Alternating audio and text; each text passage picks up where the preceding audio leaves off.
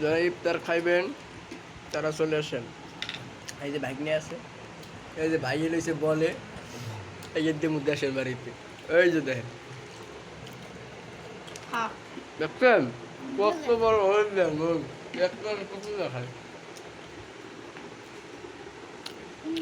এই যে আমাদের মাদের সৈকত, তিনি আর বেশি খায়, দেন না বড়ই খেজুর সব কিছু।